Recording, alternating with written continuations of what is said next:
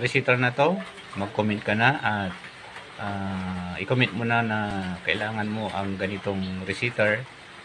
Pag nabasa ko yan, bibigyan kita kaagad ng ganitong receiver. Yan, yung nakikita mo dyan sa screen natin. Yan. Pag binili mo yan sa online store, nasa pinakamababa na yung 300 at pinakamataas na yung 500 pesos pag binili mo yung receiver na yan. So, ano pang hinihintay mo? Kung sakaling kailangan mo yan, mag-comment ka na sa comment box dito sa ibaba ng aking reels.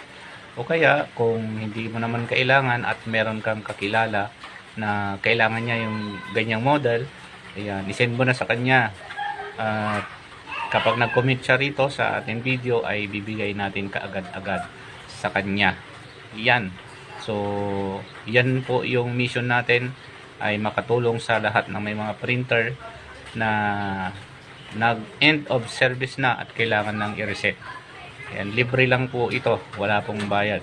So, paki-support na lang po ang aking page, paki-share, paki-like, at paki-follow na rin po para mas i-recommend pa ni Meta ang ating video na ito sa marami. Maraming salamat and God bless.